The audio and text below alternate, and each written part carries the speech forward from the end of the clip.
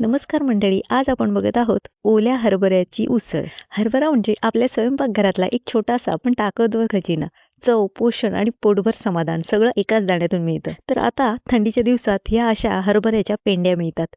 प्रथिनांनी भरलेला, पचनासाठी हलका आणि चवीला जबरदस्त असा ओला हरभरा कसा साफ करतात किंवा त्याची उसळ कशी करतात ते बघूया. सर्वप्रथम चण्याच्या सर्व शेंगा झाडापासून वेगळ्या करून घ्याव्या आणि त्या शेंगा सोलल्या की आत हा हिरवा चणा मिळतो. सगळे हरभरे सोलून झालेले आहेत. आता बघूया उसळ कशी करायची.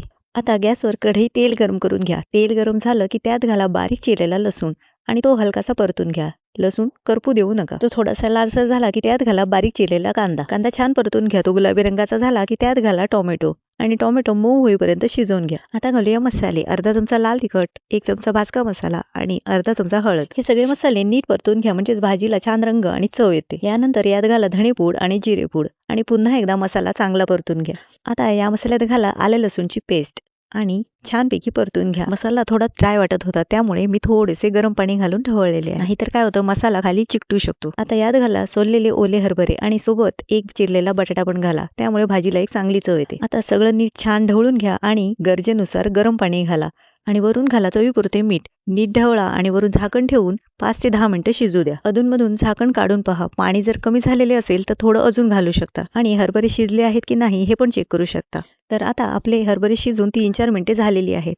आता आपण चेक करूया की हरभरा शिजला आहे की नाही. तर इथे तुम्ही बघू शकता की हरभरा नीट शिजलेला आहे.